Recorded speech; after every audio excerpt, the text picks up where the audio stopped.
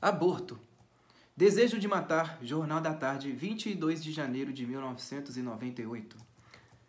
Amigos e leitores, pedem-me uma opinião sobre o aborto, mas inclinado por natureza à economia de esforço, meu cérebro se recusa a criar uma opinião sobre o que quer que seja, exceto quando encontro um bom motivo para fazê-lo. Diante de um problema qualquer, sua reação instintiva é apegar-se ferozmente ao direito natural de não pensar no caso. Mas ao argumentar em favor desse direito, ele acaba tendo de se perguntar por que afinal existe um maldito problema. Assim, o que era uma tentativa de não pensar acaba por se tornar uma investigação de fundamentos, isto é, o empreendimento mais filosófico que existe. Os futuros autores de biografias depreciativas dirão com razão que me tornei filósofo por mera preguiça de pensar. Mas como a preguiça gradua os assuntos pela escala de atenção prioritária mínima, acabei por desenvolver um agudo sentimento da diferença entre os problemas colocados pela fatalidade das coisas e os que só existem porque determinadas pessoas querem que existam. Ora, o problema do aborto pertence, com toda evidência, a esta última espécie. O questionamento do aborto existe porque a prática do aborto existe, e não ao contrário. Que alguém decida em favor do aborto é o pressuposto da existência do debate sobre o aborto, mas o que é pressuposto de um debate não pode, ao mesmo tempo, ser a sua conclusão lógica. A opção pelo aborto, sendo prévia a toda discussão, é inacessível a argumentos. O abortista é abortista por decisão livre, que prescinde de razões. Essa liberdade afirma-se diretamente pelo ato que a realiza, e multiplicado por milhões, se torna liberdade genericamente reconhecida e consolidada num direito. Daí que o discurso em favor do aborto evite a problemática moral e se apegue ao terreno jurídico e político. Não quer tanto afirmar um valor, mas estatuir um direito que pode, em tese, coexistir com a condenação moral do ato. Quanto ao conteúdo do debate, os adversários do aborto alegam que o feto é um ser humano, que matá-lo é crime de homicídio. Os partidários alegam que o feto é apenas um pedaço de carne, uma parte do corpo da mãe que deve ter o direito de extirpá-lo à vontade. No presente score da disputa, nenhum dos lados conseguiu ainda persuadir o outro, nem é razoável esperar que o consiga, pois não havendo na presente civilização o menor consenso quanto ao que é ou não é a natureza humana, não existem premissas comuns que possam fundamentar um desempate. Mas o empate mesmo acaba por transfigurar toda a discussão. Diante dele, passamos de uma disputa ético-metafísica insolúvel nas presentes condições da cultura ocidental a uma simples equação matemática cuja resolução deve, em princípio, ser idêntica e igualmente probante para todos os seres capazes de compreendê-la.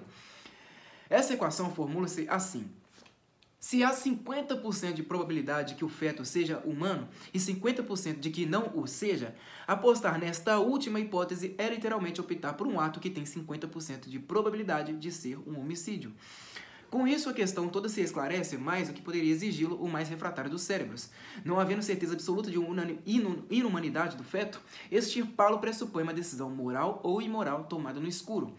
Podemos preservar a vida dessa criatura e descobrir mais tarde que empenhamos em vão nossos altos sentimentos éticos em defesa do que não passava, no fim das contas, de mera coisa. Mas podemos também decidir extirpar a coisa, correndo o risco de descobrir tarde demais que era um ser humano. Entre a precaução e a aposta temerária, cabe escolher? Qual de nós, armado de um revólver, se acreditaria moralmente autorizado a dispará-lo se soubesse que tem 50% de chances de acertar numa criatura inocente? Dito de outro modo, apostar na inumanidade do feto é jogar na cara ou coroa a sobrevivência ou morte de um possível ser humano. Chegados a esse ponto de raciocínio, todos os argumentos pró-aborto tornaram-se argumentos contra, pois aí saímos do terreno do indecidível e deparamos com um consenso mundial firmemente estabelecido. Nenhuma vantagem defensável ou indefensável, nenhum benefício real ou hipotético para terceiros pode justificar que a vida de um ser humano seja arriscada numa aposta. Mas, como vimos, a opção pró-aborto é prévia a toda discussão, sendo este o motivo pelo qual o abortista recente denuncia como violência repressiva toda argumentação contrária. A decisão pró-aborto, sendo a precondição da existência do debate, não poderia buscar no debate senão a legitimação ex post facto de algo que já estava decidido irreversivelmente com ou sem debate. O abortista não poderia ceder nem mesmo ante provas cabais da humanidade, do feto, quanto mais ante meras avaliações de um risco moral. Ele simplesmente deseja correr o risco mesmo com chances de 0%. Ele quer porque quer. Para ele, a morte dos fetos indesejados é uma questão de honra. Trata-se de demonstrar mediante atos e não mediante argumentos uma liberdade autofundante que prescinde de razões, um orgulho nietzschiano, para o qual a menor objeção é constrangimento intolerável. Creio descobrir aí a razão pela qual meu cérebro se recusava obstinadamente a pensar no assunto. Ele presentia a inocuidade de todo argumento ante a afirmação brutal e irracional da pura vontade de matar. É claro que em muitos abortistas, esta vontade permanece subconsciente, encoberta por um véu de racionalizações humanitárias, que o apoio da mídia fortalece e a vociferação dos militantes corrobora. Porém, é claro também que não adianta argumentar com pessoas capazes de mentir tão tenazmente para si próprias. Lógica do abortismo, Diário do Comércio, 14 de outubro de 2010. O aborto só é uma questão moral porque ninguém conseguiu jamais provar com certeza absoluta que um feto é a mera extensão do corpo da mãe ou um ser humano de pleno direito. A existência mesmo da discussão interminável mostra que os argumentos de parte a parte soam inconvincentes a quem os ouve, se não também a quem os emite. Existe aí, portanto, uma dúvida legítima que nenhuma resposta tem podido aplacar. Transposta ao plano das decisões práticas, essa dúvida transforma-se na escolha entre proibir ou autorizar um ato que tem 50% de chances de ser uma inocente operação cirúrgica como qualquer outra, ou de ser, em vez disso, um homicídio premeditado. Nessas condições, a única opção moralmente justificada é, com toda a evidência, abster-se de praticá-lo. À luz da razão, nenhum ser humano pode arrogar-se o direito de cometer livremente um ato que ele próprio não sabe dizer com segurança se é ou não um homicídio. Mais ainda, entre a prudência que evita correr o risco desse homicídio e a afoiteza que se apressa em cometê-lo em nome de tais ou quais benefícios sociais hipotéticos, o ônus da prova cabe de certo aos defensores da segunda alternativa. Jamais sendo havido um abortista capaz de provar com razões cabais a inumanidade dos fetos, seus adversários têm todo o direito e até o dever indeclinável de exigir que se abstenha de praticar uma ação cuja inocência é matéria de incerteza até para ele próprio. Se esse argumento é evidente por si mesmo, é também manifesto que a quase totalidade dos abortistas opinantes hoje não logra perceber o seu alcance pela simples razão de que a opção pelo aborto supõe a incapacidade, ou em certos casos, a má vontade criminosa, de apreender a noção de espécie. Espécie é um conjunto de traços comuns, inatos e inseparáveis cuja presença enquadra um indivíduo de uma vez para sempre, numa natureza que ele compartilha com outros tantos indivíduos. Pertence à mesma espécie eternamente, até mesmo seus membros ainda não nascidos, inclusive os não gerados, que, quando gerados e nascidos, vierem a aportar os mesmos traços comuns. Não é difícil compreender que os gatos do século 23, quando nascerem, serão gatos e não tomates. A opção pelo abortismo exige como condição prévia a incapacidade ou recusa de apreender essa noção. Para o abortista, a condição de ser humano não é uma qualidade inata definidora dos membros da espécie, mas uma convenção que os já nascidos podem, a seu talante, aplicar ou deixar de aplicar aos que ainda não nasceram. Quem decide se o feto tem em gestação pertence ou não à humanidade é um consenso social, não a natureza das coisas. O grau de confusão mental necessário para acreditar nessa ideia não é pequeno, tanto que raramente os abortistas alegam de maneira clara e explícita essa premissa fundante dos seus argumentos. Em geral, mantêm-na oculta, entre névoas até para si próprios, porque pressentem que enunciá-la em voz alta seria desmascará-la no ato como presunção antropológica sem qualquer fundamento possível e é, aliás, de aplicação catastrófica. Se a condição do ser humano é uma convenção social, nada impede que uma convenção posterior a revogue, negando a humanidade de retardados mentais, de aleijados, de homossexuais, de negros, de judeus, de ciganos ou de quem quer que, segundo os caprichos do momento, pareça inconveniente. Com toda a clareza que se poderia exigir, a opção pelo abortismo repousa no apelo irracional à inexistente autoridade de conferir ou negar a quem bem se entenda o estatuto de ser humano, de bicho, de coisa ou de pedaço de coisa. Não espanta que pessoas capazes de tamanho barbarismo mental sejam também imunes a outras imposições da consciência moral comum, como, por exemplo, o dever que um político tem de prestar contas dos compromissos assumidos por ele ou por seu partido. É com insensibilidade moral verdadeiramente sociopática que o senhor Lula da Silva e sua querida dona Dilma, após terem subscrito o programa de um partido que ama e venera o aborto a ponto de expulsar quem se opõe a essa ideia, saem ostentando inocência de qualquer cumplicidade com a proposta abortista. Seria tolice esperar coerência moral de indivíduos que não respeitam nem mesmo o compromisso de reconhecer que as demais pessoas humanas pertencem à mesma espécie deles por natureza e não por uma generosa e altamente revogável concessão da sua parte.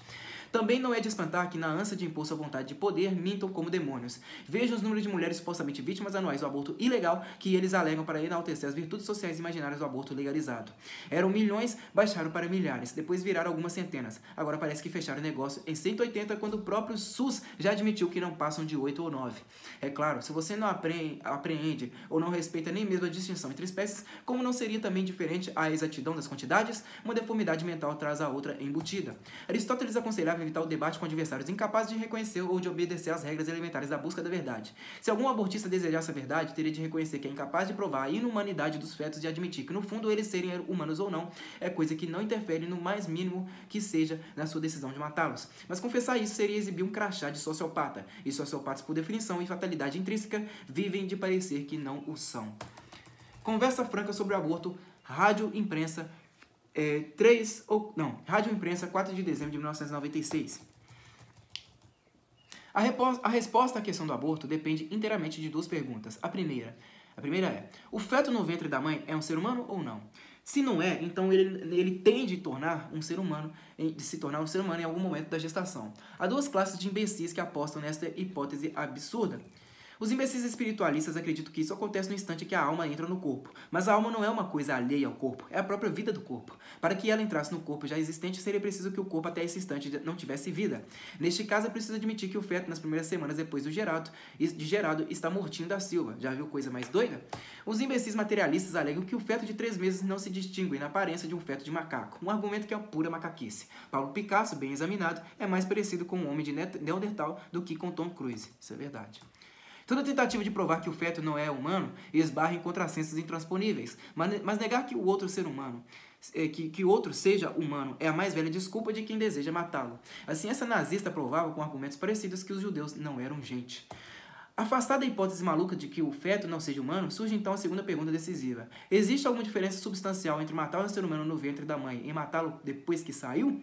Os aborteiros procuram enganar as mulheres com lisonjas, assegurando que tudo que está dentro do corpo delas é delas, e que podem fazer o que bem entendem com o que é delas. Esse raciocínio subentende que o feto é um órgão do corpo da mulher, e não um ser humano independente. Mas mesmo que o feto fosse um órgão, que é um órgão? É, por definição, algo que não pode ser retirado sem dano para o corpo. Estão como alegar em apoio do direito de retirar o feto, o argumento de que é um órgão. Se é um órgão, retirá-lo é mutilar o corpo. E uma vez aceito o direito à automutilação, seria uma odiosa discriminação concedê-lo a quem desejasse cortar o dedão do próprio pé e negá-lo a quem pretendesse algo mais requintado, como cortar a própria cabeça ou cortar o restante do corpo e sair por aí só com a cabeça flutuando no ar. Excluída por absurda a hipótese de que o feto seja um órgão, resta saber se, mesmo sendo alguma outra coisa, ele pertence à mulher que o carrega no ventre. A resposta é não, porque não é feito só de óvulo, mas também de esperma. O esperma não é produzido pelo corpo da mãe, mas pelo do pai, que apenas o deposita no corpo da mãe. A mãe não é, portanto, dona do feto inteiro, mas apenas de uma parte. Da outra parte, que veio do pai, é apenas depositária, e tem tanto o direito de jogar o feto no lixo, quanto um banco tem o direito de jogar no lixo o dinheiro dos nossos depósitos. A rejeição categórica do direito ao aborto decorre de evidências cristalinas que só uma mentalidade torpe pode negar. Mas o mal não está nas mulheres que abortam, enganadas pelo desespero. Está no defensor do aborto, que com fala mansa pretende induzi-las a tornar-se homicidas. Caso aceitem a proposta das duas, uma. Ou estarão criando ainda mais um motivo de culpa, sofrimento e desespero, ou então terão de sufocar no seu coração todo sentimento de culpa, tornando-se frias e desumanas como seu pérfido conselheiro. Faça um apelo à mulher pobre e desesperada, que tem medo de pôr um filho no mundo. Não creia nesses falsos amigos. Quando ouvir um deputado, um senador, um intelectual bem situado na vida dizer que defende o aborto porque tem pena das mulheres pobres, pergunte a ele: mas doutor, se o senhor é tão bom e generoso que se oferece para ajudar a matar o meu filhinho, por que não pode me dar algum dinheiro para ajudá-lo a viver?